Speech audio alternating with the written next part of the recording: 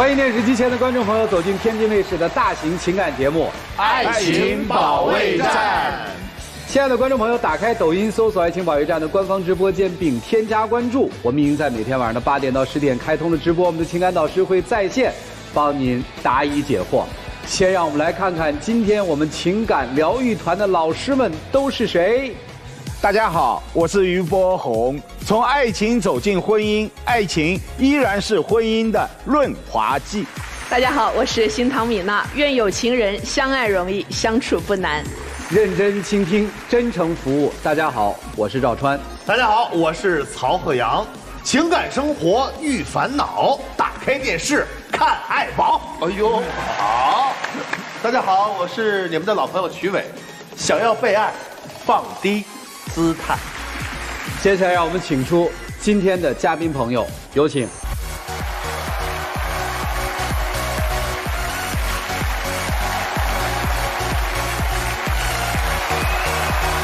本期第一对情感嘉宾，刘先生，25岁，来自四川，销售；王女士，23岁，来自四川，销售。他们的感情出现了什么样的问题呢？就是我们在一起挺多年了，现在也快面临着结婚，但是他们家就不想给彩礼。也不是不想给，主要是现在的家庭条件那个情况比较复杂，现在目前的条件不允许。如果说条件允许的话呢，我呢以及我们家里面是一定会尽力而为的，一定会。就由于他们家情况呢比较复杂，所以说给了嘛，我就比较有安全感一点。主要我现在和他在一起这么多年了，我也确实担心他会离开我，我也希望能在他们那儿多争取一下，就是努力去把这份感情给一直坚持走下去。今天为什么来？因为我跟他在一起也挺长时间了，多长？4、5年了。然后就是最近也想着说快结婚了嘛，但是由于彩礼这个问题，他们家就不太想给。怎么认识的？大学的时候认识的，然后后面了解了他们家的一些情况，然后就他们家经济条件不是很好嘛。之前他妈妈说，我和他2个人是真心相爱的话，就是彩礼这个问题，可有可无。男生家里面到底是个什么情况？我们家呢以前其实是那种经历过经济的断崖式下跌的这个情况。02年到10年那会儿，其实我们是在上海的。那会儿其实经济条件算是算是小康家庭的情况了吧。10年那会儿，我父亲的事业可能遇到了一些阻塞吧，你父亲做什么的？方便说吗？我父亲其实是做那种餐饮的后厨承包那种。哇，这厉害了！就10年，你父亲的这个工作不行了。对，就不行了，所以后面导致回到了成都。后面呢，就是我父母其实就一直都没有上班，再加上呢，其实我母亲有一个爱好，就是爱打麻将。四川人都爱打麻将。成都这个地方，他们除了打麻将就是喝茶，这2个是特别的一个爱好。然后的话，10年到14年那会儿都没有就是任何的收入来源啊，一直都在吃老本。14年那会儿，本来我还在读书，然后呢，突然有一天，我母亲对我讲：“你今天不用去学校了，就跟我们一起走。”那会儿就其实先去了重庆。然后接着又去了北京，然后最后落座了南京这个地方，租了一个大概10平米左右的房子吧，一家4口待在那个小出租屋里面。从15年，因为我母亲觉得我还是应该继续完成学业，因为那会儿才在读初中，就让我跟随我妹妹还有我母亲，我们3个就回到了老家，然后我父亲就还是继续留在南京工作。然后15年到20年，在认识他之前这个阶段，其实家里面的经济来源就靠我父亲一个人在支撑。我跟他20年认识了以后，其实家里条件真的可以说是身无分文吧，可能家里面存款就寥寥无几。我们从去年其实就在考虑那个谈婚论嫁的事儿了。这个谈婚论嫁的事儿就卡在了一个问题上，彩礼方面。其实我今天来也就是想要一个答案。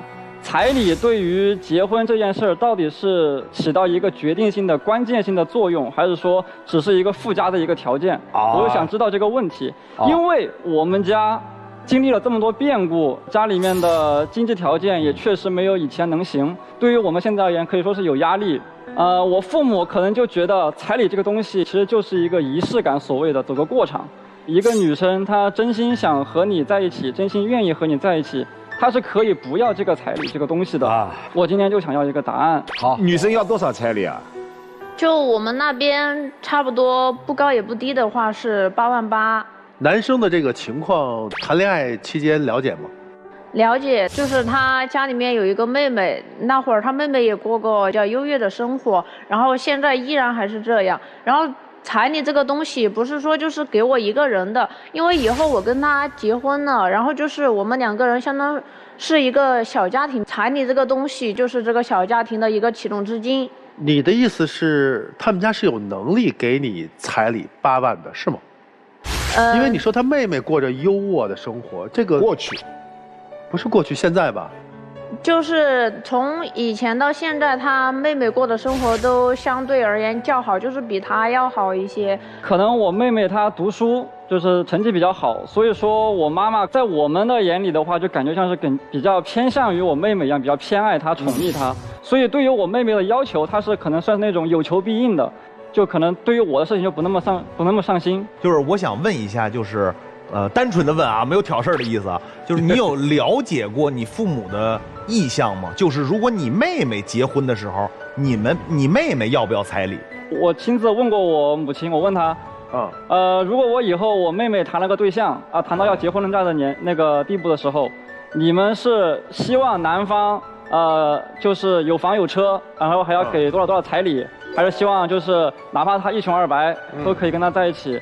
他们其实给我的一个态度就是，只要他们2个幸福就可以了，说得很笼统。好，就这样。我们再细节一些，就是为了娶这个姑娘，你大概或者说你和你的家庭大概做了哪些筹划和准备？21年以前嘛，就是我母亲啊，她还是我行我素的那种状态，觉得我还小，可能结婚论嫁还太早了，所以说她可能以前没做过什么打算。然后21年以后，知道我跟她谈了一段时间过后，可能觉得啊这个女孩子还不错，然后呢，我母亲就也出去工作去了。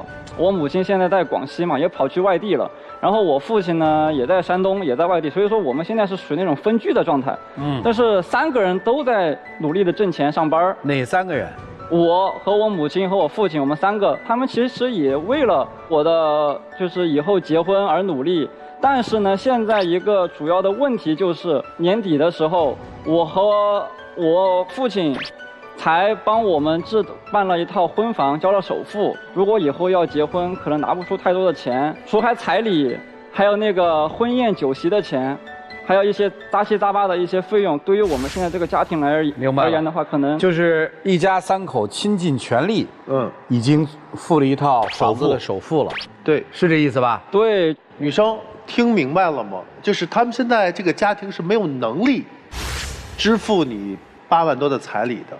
但是他又不是裸婚，人家有一套那个婚房，交了首付的，只不过以后你们要面临慢慢还贷也好，就是现在他的实际情况是这样的，你是怎么想的？当时就是买房子之前，他母亲答应他就是给他出一点钱，然后到就是买房子的那天付钱的那天，然后他母亲并没有出1分钱，那个钱都是他和他父亲出的，然后后面还差几千块钱，都是问我这里借的。你挺有意思啊，你把他父亲和母亲给分开来去做一个衡量，是心里有芥蒂吗？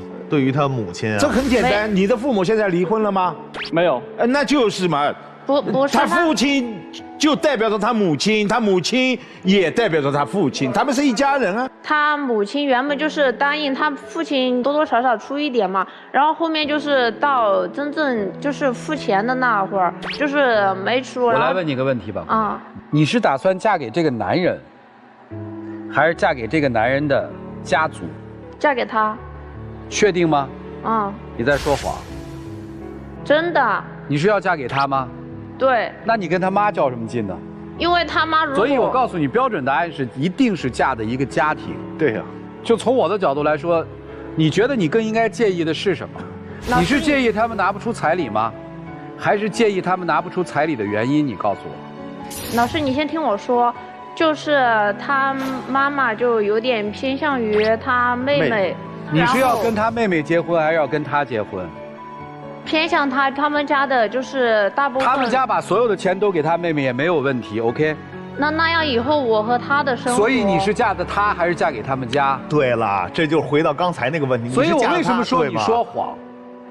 我们在选择婚姻的时候，或多或少都在选择一个家庭。对，父母也是参考。我一直认为你现在的阻碍和障碍是他妈妈的那个习惯，就是这个家为什么从一个所谓的财富的家庭的巅峰，到这个叫什么断崖式的这种衰落，你没有考虑这个才是致命的。这个也是其中的一点。好，那你就考虑这一点就 OK 了，其他问题不要去做考虑，因为那些问题是你力所不能及的。我明白你想表达什么了。其实我跟你说，刚才你说到一半的时候，我就想说了，其实这个问题真不赖你，因为你是个外人，你能表达出他妈向着他妹妹，或者他的家庭条件不好怎么着，其实男方是你没有起到好的作用。他为什么能知道这么多呀？你的意思应该不告诉他是吧？不是，告诉也分怎么着。那你说你应该表达出我们家已经倾尽全力了去买房，支持咱们俩婚姻，咱们俩以后这为了好的方向努力，这是正确的一个积极向上的状态。然后这会儿女方一直在强调他妈到付钱的时候就差几千块钱，还是跟我借的，那这个事儿不是当儿子的有问题吗？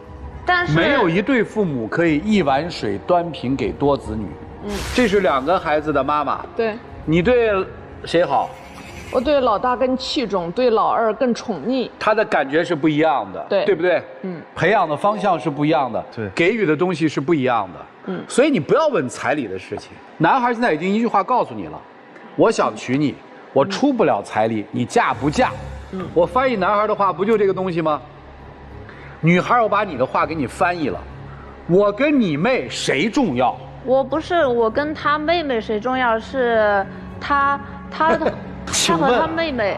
他的父母给他的妹妹买房了吗？首付房了吗？没有。哦，天啊，不公平啊！那他妹妹会说：“哥哥，不行，那个你太偏着未来的嫂子了，我也要。”他的父母拿不出钱来，如果拿，就从你们那首付里拿一半给他，不是那几千块钱的事儿哦，是几万块钱的事儿，你想了吗？没有。哦，那这件事情偏谁？这个不能这么说吧？哎，你矫情的不就这件事儿吗？他的母亲答应就是多付几千块钱，但没有，因为他要留给他的妹妹，所以你不干了。拜托，你们都拿到一个房子首付了，有10万吗？你怎么不找出来？妹妹给你5万，端平啊！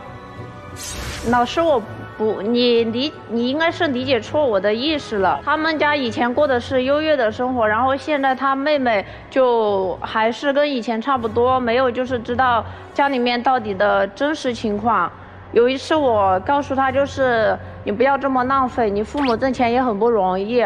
然后他好像也生我气了。你是不是担心将来有一天这个妹妹可能挥霍无度，会成为你和你的未来的老公的经济包袱？就担心过，因为他妹妹就只是成绩好，其他方面都不行。不是你担心还是不担心？担心。你未来的老公也就是你男朋友，有对妹妹做过什么让你不能接受的要照顾她的事情吗？他是一个扶妹魔吗？你的担心从何而来？就是他现在父亲已经就是50多岁了，母亲他们现在也工作不了多少年了，妹妹就还是活在以前的那种生活里，然后就给他们家庭也造成了算是一种压力，就是不想嫁嘛。对呀，彩礼只是一个说事的方面嘛。是啊，你怕妹妹未来成为你的负担。其实翻译过来就是你没看上他们家庭。咋看这个？他俩该结婚吗？我可能站在这个男方角度啊，如果你想嫁，这8万8他拿不出来，但是你能不能等？这个我可以等啊。那不就得了？我1年我抽出来，我2年、3年，你可不可以等？但是时间肯定不能太长，不能就是一直拖着，因为人也会一天天的变老。如果说时间长了，到时候你反悔了怎么办？那你这8万8，你问问你对象，大约多长时间能？其实8万8这个数，我觉得以现在这个这个市场经济来看，其实8万8不算特别多，只是说把所有的杂七杂八的事堆到一起了。因为说以后婚房还要装修，其实我有想过可不可以先把婚结了再来装修婚房，但是我对象想法就是必须要等婚房装修好了再来结婚。我之前说的是，就是房子现在不是还在修吗？你现在住的那个家里面也比较就是小，如果说生孩子的时候就是不是一上来房子小，咱生孩子租房子不行吗？租房子的话，那又是一笔很大的开销啊。事情只要梳理清楚，其实特别简单啊，只是说身在其中的人不愿意去面对一些问题。对，你真的去直面这些问题都不是问题。包公兄，女生说，钱不到位，我可以等。他不能等。他刚才说了，我不能等那么长时间。老师，您听我说，就是他家里面现在他和他爸爸都在很努力的挣钱，然后就是妈妈没有努力他爸爸和他都非常的节约，但是他妹妹就是不是对啊，有点我没说错呀，浪费钱。我觉得跟你有对他啥关系啊？他觉得阻碍了他们他妹妹现在花的是他们的钱。你或许认为我。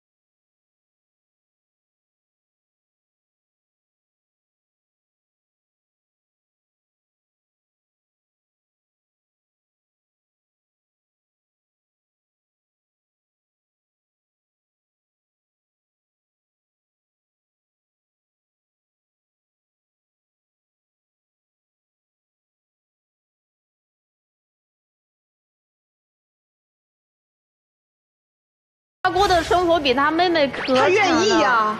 他认为不公平是他的事情，让你急什么？我只是觉得他们家庭情况一般，就不应该都。所以你看不上他们家，你就别进这家门了，姑娘。你进这家门是非很多。刚刚你的男朋友一直在问，说老师这个彩礼到底重不重要？你要是世界首富的儿子，彩礼不重要，1分钱都不用花，姑娘们直接追你。老师，你告诉我，为什么同样是一个母亲的孩子，为什么就要对待不同？那就是对待不同啊，就像男孩和女孩的对待方法不同一样，我的老大和老二对待也不一样啊。怎么了？就是不公平。谁说要公平了？只有小孩子才嘤的要公平。你明明享受着这个不公平，你偏偏还在说这种不公平，不公平，你太让人气人了。他都没有感觉到不公平，结果另外一个外人说，所以对你不公平，所以他会挑得他们家鸡犬不宁啊。还有哈，你跟一个未成年的孩子去比公不公平，荒唐。你跟一个未满18岁的还需要他的父母承担这一个抚养责任和义务的孩子说，你看你配吗？他配。他现在长身体，他现在马上就要高考，就像你说的，这姑娘啥都不行就学习行。目前对于一个高中生来讲，学习行就是最行。他他有啥不行啊？他是好吃懒做，在家里头不好好读书吗？他是偷你的金项链了吗？他是穿你的裙子了吗？他一切都没有逾越，是你逾越了。你管人家一日三餐吃什么？你管人家袜子穿的是新的还是旧的？你这样的嫂子进了门了以后，比后妈还可怕。所以不要去。男生啊，你的女朋友现在这个态度，你是什么反应啊？其实自从和她在一起之后，我就很少跟我妹妹有任何的一些联系。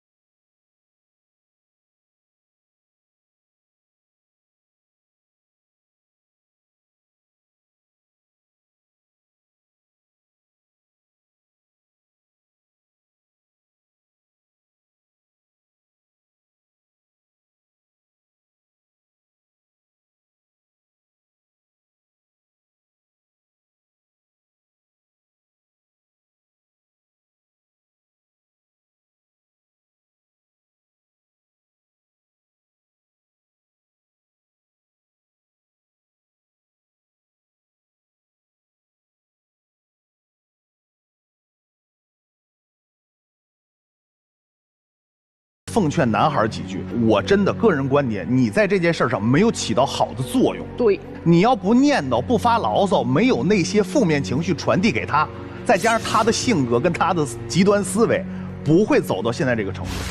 我说完了。我们识人不能看外表，要看他内在。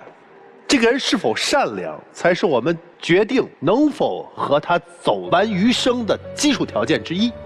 第二，要明事理，懂分寸。你现在什么角色？你是要过来夺权的吗？你是要把人家父母，包括妹妹今后所有的幸福都掌握在自己手里，你才开心吗？你为什么要跟这个男人在一起？为什么？因为爱他。爱他，爱他，是吗？对。你这种爱，不好意思，没有人愿意接受。他的妹妹招你惹你了，他的妹妹幸福你就看不下去了，是吗？我不是这个意思。你就是这个意思。你为什么？你带着敌意来的，你对这个家庭贡献是什么？为什么要娶你？所以，小伙子，你不孝。人家不忍，这个是的，对，你真是那句话，找媳妇儿，忘了娘。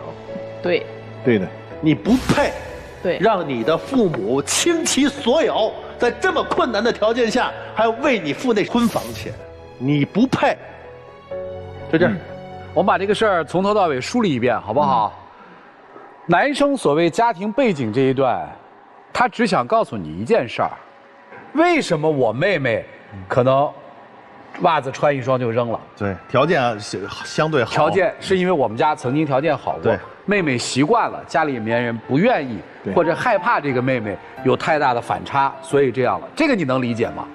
可以理解。这个 OK， 你可以理解。所以第二个问题就出来了：我们嫁人到底是嫁给这个人的家庭，还是嫁给了这个人？对，其实是既嫁给了他的家庭，又嫁给了这个人。同样，你既娶了他，也娶了他的家庭，这个我相信没有疑义吧？没有。那么我们在考核这个家庭的时候，聪明的人考核的是什么？考核的是他这个人。是考核的人，对吗？那你觉得这人怎么样？你一直说我很爱他，一个爱男人的女人怎么会把他逼到了一个墙角？我把这话直接翻译一下，哥们儿现在就是没钱娶你，因为我要娶你，我已经花光了所有积蓄。对，下面除了你认为的8万8的彩礼之外，我还要装修房子，除了装修房子之外，我还要给你办婚礼，对，还有酒席，还有各种钱。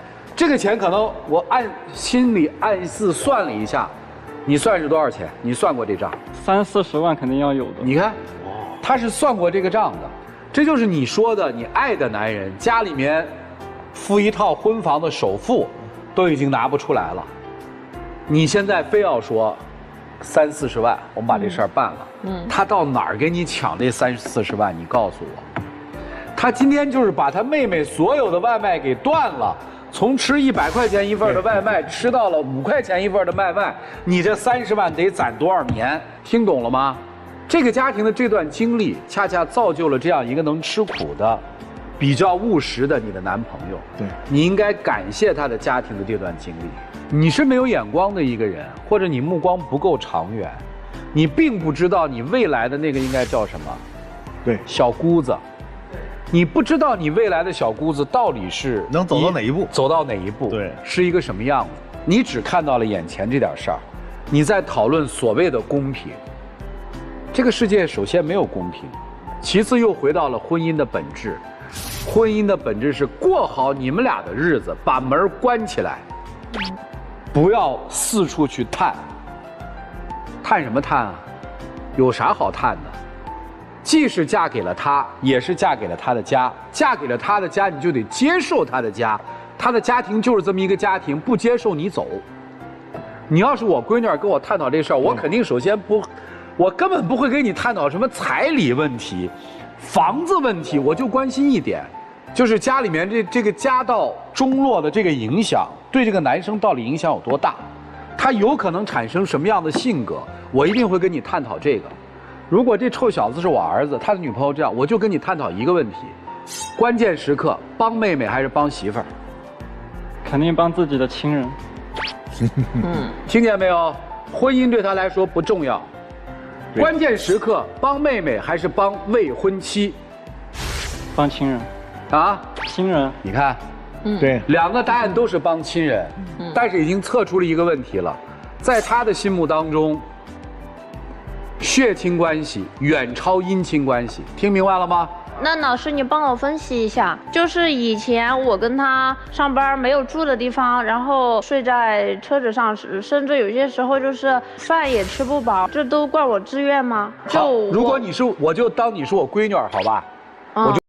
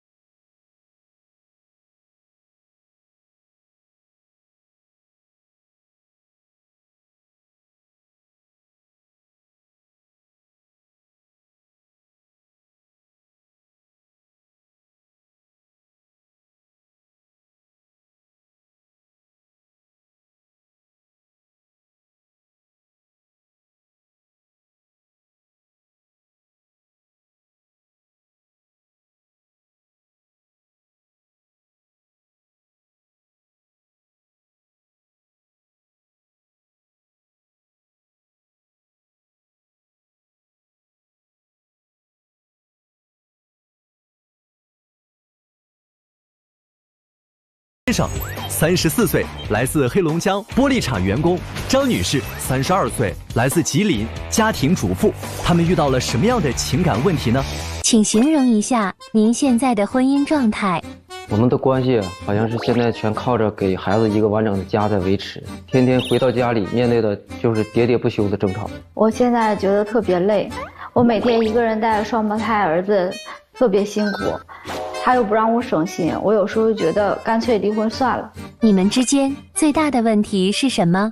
每天回到家里第一件事就是查我的手机，每次跟我母亲生气之后，就会跟我去大声的吵架，甚至动手。这样的日子我怎么过？我感觉我们的婚姻充满着欺骗，这么多年的付出，就像笑话一样。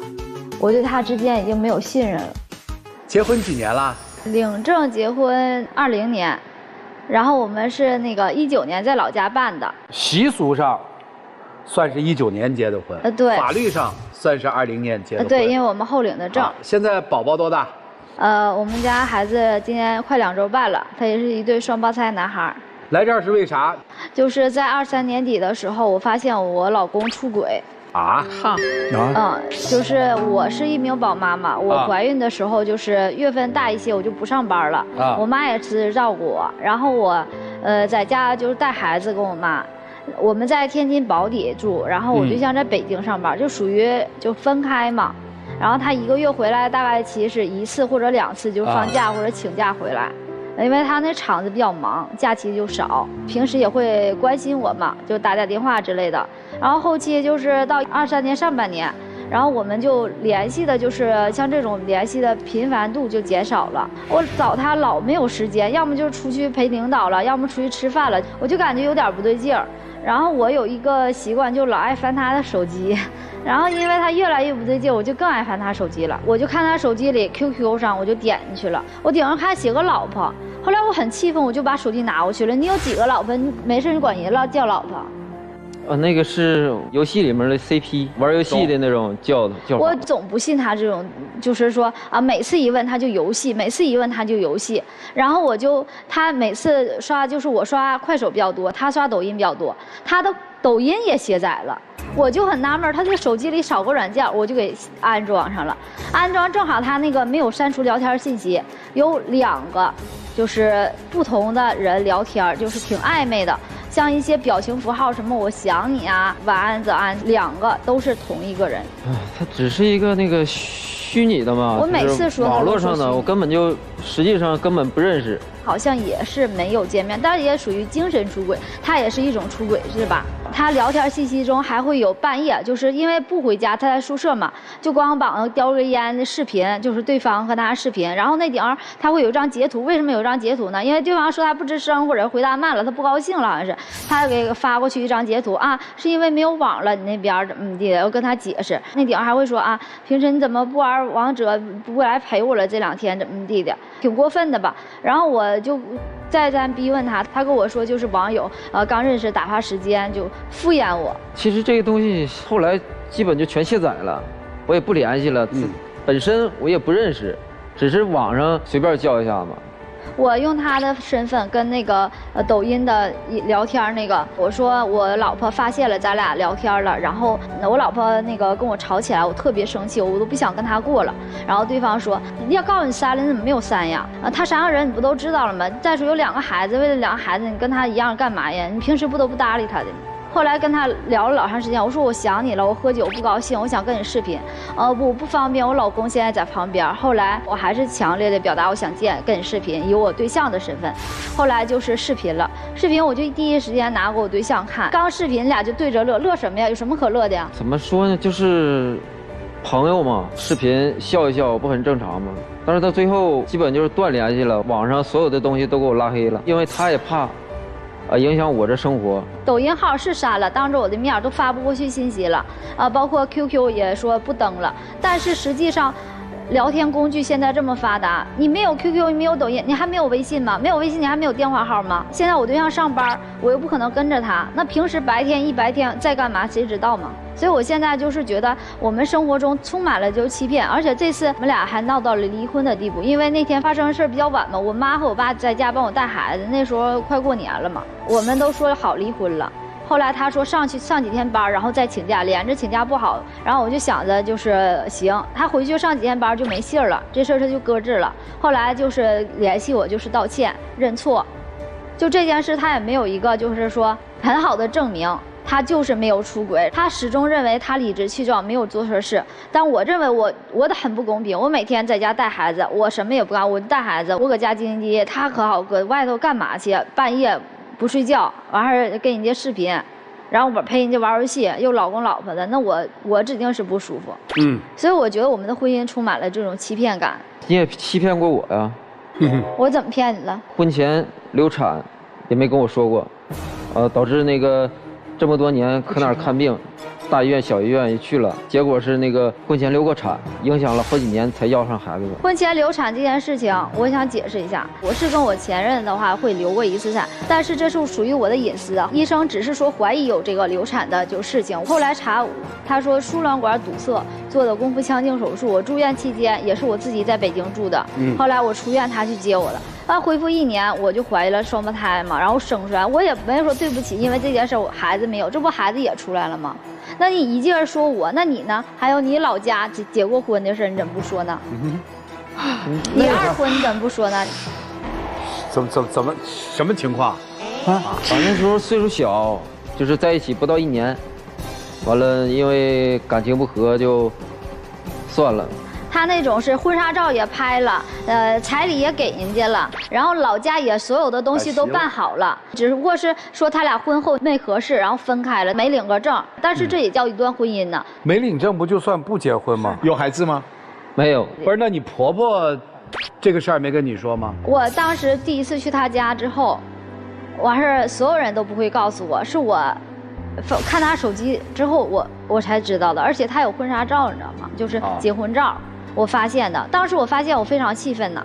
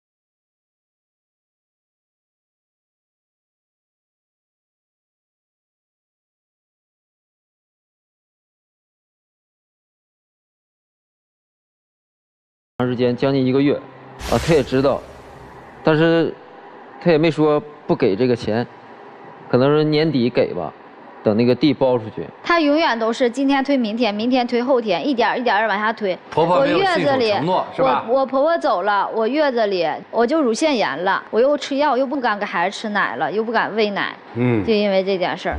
听明白了，还挺复杂啊。这个里面充满了这个谎言，充满了这个欺骗，还充满了不满这个婚姻，对，是吧？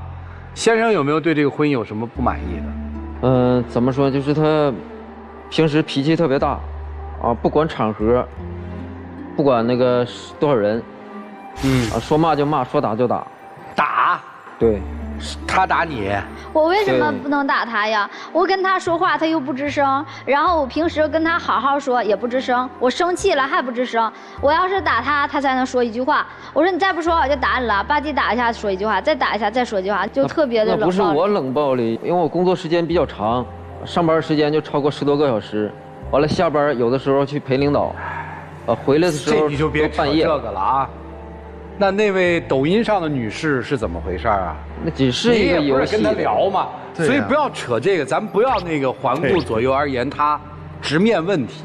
现在他还有欠款，在我们就是处对象的时候，他就是有的时候会信用卡还有贷款，或者是就是手机 APP 短贷。这我们在婚前的时候，我已经给他还过2、3万，就是不止一次了。然后有的说不够，我妈还给他还过。然后我们19年办婚礼，我还给他还1万。然后现在就是领完证又发现钱又还。然后我19年底的时候，我又发现他借款了。他现在借的钱去哪儿了，干什么用我也不知道。但是他手机里还有一些什么 KTV 的消费记录之类的都有。他跟我说他去投资了。不是你到底欠了多少外债啊？我现在不确定。2万多块钱。他还跟我说1000多，现在2万多，比例有点大。那钱干嘛去了？买股票了，就是自己工厂的内购。对，一个集团的。哦，那得有那个证明文件呀，认购书啊。拿那个给老婆看看不就完了吗？在 APP 上呢，我也给他看了，但是他不认。他那种就是软件，我不太看明白。所以今天来的目的是啥呀？我就希望他不能再借款了。他前段时间还请假出去买彩票，然后他又出轨这件事儿，我其实很气愤的。但是我为了孩子，我不忍到现在。哎，你那么痛苦，你就离了呀？换一个问法吧，现在不有宝宝了吗？你也发现他在外边，咱就是暂定他是精神出轨啊。通过你表达我作为一个妻子，我不喜欢你这样，而且我还看见你们聊这个，我不开心，我不高兴，看着孩子面子，你能不能不这么做？你觉得他还有救吗？你这么回答一回。他得看住了。你觉得你得看住了，他才会改，甚至说看不住他都不会改。对，那这就是自己给自己枷锁，这个折磨呀，就是。那我们就可以开始说这事儿了。伯宏兄来，人看得住嘛？看得住人也看不住心啊！啊，对呀。如果你们2个人仅仅为了2个宝宝，让这样已经家将不将、婚将不婚，这样的一个破碎的婚姻还要维系，最后把这样的责任都转嫁到了孩子，很不公平。他们在这样的家庭生活当中会很压抑，但是他们没得选，因为他们小。等到孩子长大了，你去告诉孩子说，妈妈当年不离婚是为了你们，孩子会告诉你2个字：活该。所以，如果2个人真没法过了，好好想一想。如果仅仅为了孩子，我们去维系这样已经破碎的婚姻，这也是一种悲哀。谢谢。蒋先生当时是因为什么要跟你的老婆结婚的？因为我们已经认识了，已经谈了7、8年吧。结婚之前他不这样，可能是生完孩子之后，就是表现得特别敏感啊，每天回家都要查手机，多花一点钱都不行。您和抖音的那位女士聊天之后，她查手机的。之前也查，以前可能我那个借过钱，啊，跟那个朋友有过债务关系。起初他是因为不放心经济，对。后来开始不放心你的一个品行，男女问题。怎么说男女问题这方面我一直没解释，但是我感觉我需要解释一下，就是每天好多家里的事儿，或者是工作上的事儿、生活上的事儿，跟他去沟通，跟他去谈，根本就无法沟通。所以我是一个怎么说呢，是一个游戏里的朋友吧。然后对于女人来讲，最生气的还有就是，你的那个暧昧对象说的那句：“他是什么样的人，你不知道吗？”因此也就是你出卖过老婆无数次。早年跟你谈恋爱的时候，他是有自己人生的，但是在跟你结婚之后，他不但怀孕生子，而且完全失去了工作机会。对于他来讲，连跟外界接触都成了一个他得想象的事情。他得想象我的丈夫在忙什么，我的丈夫在玩什么，我丈夫觉得谁比我有趣。他的人生整个陷入到了对于未来一片茫然，对于自我完全否定。而当他听到自己的丈夫在跟陌生女人吐槽过自己时，内心的愤怒、愤懑和不安全感和不自信更加的强烈了。你可以说他现在整个人都变了，但是变的是什么导致的呢？如果你要问我的话，我会说，宁可那个子宫长在你身上，由你生下双胞胎，并且由你来哺乳，让你的妻子保持原样的生活吧。你的妻子原来想过解决这个问题，就是你的妈妈、她的妈妈一人带一个，她还可以出去工作呼吸一下，但是这个办法没有实行，她在家里带2个孩子。不管是因为她产后激素作怪，还是因为2个孩子确实累人呐，带1个都吃不消，你别说带2个。对于她来讲，她渴望被关爱，渴望被关注，渴望知道自己在丈夫心里头是不是还像过去一样有吸引力。她想求证的是，但是却总在你那里翻出了一些否定，她越来越崩溃。而她现在最大的崩溃在于，她除了有怒火，她什么都没了。她不敢离婚，离婚以后不知道该怎么去面对2个孩子，不想分离，自己一个人又没法带。她也不知道自己一旦出去工作的话，时间能不能够弄得开。她甚至都不确定她还是不是一个有吸引力的女人，因为丈夫已经把她逼成了一个在家里头只有家庭暴力和神经质叨的一个女人了。所以你要问我是什么改变了她，就是你们的双胞胎。你的妈妈可能也曾经这样改变过，我们每一个女人可能曾经都这样被改变过。如果在我们被改变的这一段期间里头，身边作为家属的那个就是不需要肚子被撑大在谢瘪，就是这位男士，不但不理解，反而嫌弃，不但不在家里提供内援，还要自己伙同外人在家里头生事端，那日子怎么过？今天你的妻子说不清自己想干什么，我知道她只想回到一个有安全感的环境里头去，能让丈夫踏实的跟她说一句我不会了老婆，以及老婆等到孩子们上幼儿园你就会出去工作的，老婆你会回到跟你结婚前一样光彩四射的人生里。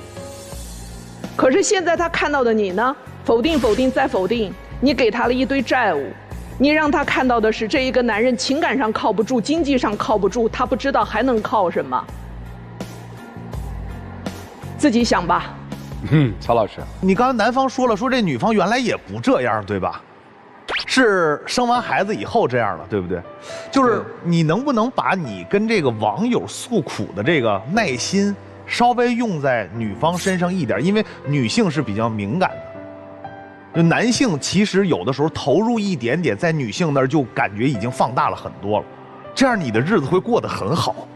但是他这个脾气，我有点受不了。他刚才说的有一点我是认同的，他说10句你都不带理他1句的，只有打1句才回1句。是，当然打人是不对的，你要多给回应的话，也不至于这样。我预判一下你们俩的未来啊，不用说这孩子由老家谁来带。以你们俩的现状，自己反思反思。您带一个，您带一个，一人培养1个孩子，不是正好一对儿吗？看看20年以后你们俩什么样。当然，能不能到20年，我不敢保证。这俩孩子在你们俩各自的思维熏陶下长大了，你觉得你的孩子变成你的一个影射下，各自的影射下，你觉得这2个孩子会有好的未来吗？每个人嘴里都强调为了孩子，为了孩子，你们哪儿为孩子了？你们俩天天打，再有一个俩孩子以后。真的找媳妇儿都变成一个非常恐惧的。如果我找一我妈这样的，天天打我爸这样的，我得多难受啊！他生气之后，他还会打自己摔东西。反之啊，我这样说就是反之啊，就说这状态。如果你的2个孩子像他爸一样的，一生气自己就跟自闭似的，啪啪啪摔东西，你害不害怕？他还会打自己。假如有一天你们俩人老了，你们俩看见孩子跟你们俩年轻人，你们后不后悔当年自己没有处理好问题，让孩子变成今天这样？你们后不后悔？女生啊，我觉得特别不明智。我已经闻到了说你会被家暴的一个味道，这个气息有了。当你主动出手的时候，他现在还在自己打自己，还摔东西，对不对？下一步就很大概率有可能向你举起手，自残或者摔东西，就是已经情绪到失控到极致。再迈过一步，他就同样的方法用在你身上了。你在这段关系里头，你找不到安全，找不到信任，你找不到幸福，然后你就去向他去索取，他不愿意给，觉得你烦，然后去跟其他异性去吐槽你，然后冷暴力你，所以这是一个恶性循环。怎么能够破局啊？各自问问自己，我在对方身上，除去孩子以外，他是孩子父亲母亲以外，能找到他是丈夫或者妻子的那种感情吗？能找到对方给你的在乎、尊重和柔情吗？能找到吗？我现在找不到。你能找到吗？那好，分开一段时间，不是离婚，分开过一段日子。你没有他，能不能独立的过日子？你能不能带2个孩子？他给你抚养费啊。你呢？你离开他一段时间，分居也好，分屋也罢，感受一下，是不是像你们想象的分开就是一个最好的一个状态？还是在一起能够找到好的相处的模式？你们之间还有没有爱？还只是一种报复，一种不甘又无能为力的状态，好吗？就这样。我们今天其实讨论了好几个伪命题，真的，就是你们自己的生活都被伪命题困扰了。男方是我只是精神出轨，玩了个 CP， 我又没真的干嘛，你跟我追究这个干嘛？女方是说，反正你出轨了，你就该怎么着？这是不是第一个伪命题？是吧？那么在生活里这个命题怎么去解？这个命题只有一个解法：过还是不过？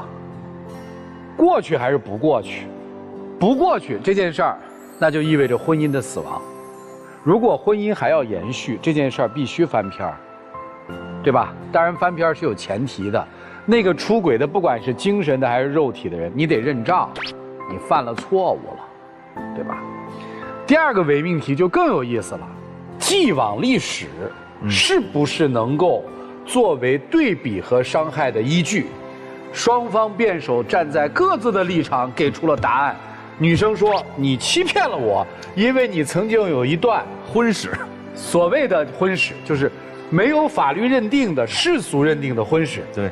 男方说：“我虽然有婚史，我是瞒了你，我是不对了，但是你虽然没有婚史，但是你是不是还曾经有过一段什么样的历史？那到底我们俩谁欺骗了谁？两个相爱的人在揪彼此的黑历史，这日子还能过吗？答案是什么？想过这日子，这事儿必须得过去。你过不去，一辈子就憋在那儿了。第三，也特别有意思，生了孩子到底应该谁来带？这大概是中国人的一个特别好的一个命题。现在随着时代的进步，已经有标准答案了。谁生孩子谁带啊？对呀，跟爹妈没关系啊。没关系。你还在那儿纠结，生了孩子到底是我妈带还是你妈带？带是好婆婆还是不带是好婆婆？辩论这个命题还有意义吗？对，没有意义。帮你是情分，不帮你是本分，没有意义了。所以你们俩的日子就是基本把这些辩题和这个事儿放在一起的时候，你们俩日子过得有点扯了，没有一个是务实的。请问，他出轨是不是事实？你应不应该给你妻子道歉？自己想。应该。再问，你们曾经隐瞒对方的历史，对于正常人来说，是不是都是心理上的疤痕？这个疤痕该不该过去？再说，现在的生活就是这么一个状况，两个人是不是更多的应该讨论怎么生活，而不是讨论谁对谁错？你们自己去想，有没有感情？我估计曾经是有感情的，要不然不会纠缠那么久。你们自己考虑，好吧？谢谢你们，请回，请回，请回。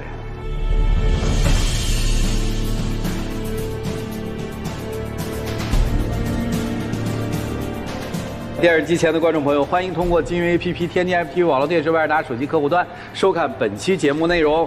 欢迎大家登录优酷视频、腾讯视频收看节目的完整内容。登录抖音搜索“爱情保卫战”的官方直播间，并添加关注。我们已经在每天晚上的8点到10点开通了直播，我们的情感导师会在线帮您答疑解惑，你们还有机会连麦他们。这对年轻的小朋友们走向如何呢？我认为这个男生应该听明白了，看清楚了，不会出来了。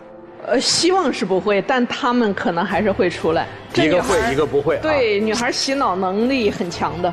我心里边想的是不会出来。哦，会出来吧？不是，心里想的是不会出来，实际会出来。因为我刚才总是在看这个男孩，这个男孩他的小心思很多，所以我觉得会出来。我觉得会出来。这男孩多像你啊！啊，全是主意哈，会出来啊！来，咱们看看他们的选择，请开门。来，咱们看看他们的选择，请开门。哦，哇，出来了。出来没有吧？没有，于老师被误导了。对，于老师吓死我。于老师被误导了。没有，出来啊，好事儿，好事，男生明白了。电视机前的观众朋友，我们节目的唯一官方报名热线是0223606301，有情感困惑的观众朋友可以来电报名，不收取任何的费用，小心被骗。咱们看夫妻怎么选吧，好不好？我认为会出来，会出吗？米娜老师，选啊。何老师出，会出，请开门。没了。哎呦，过不去嘛？啊，过不去就不出嘛，挺好的。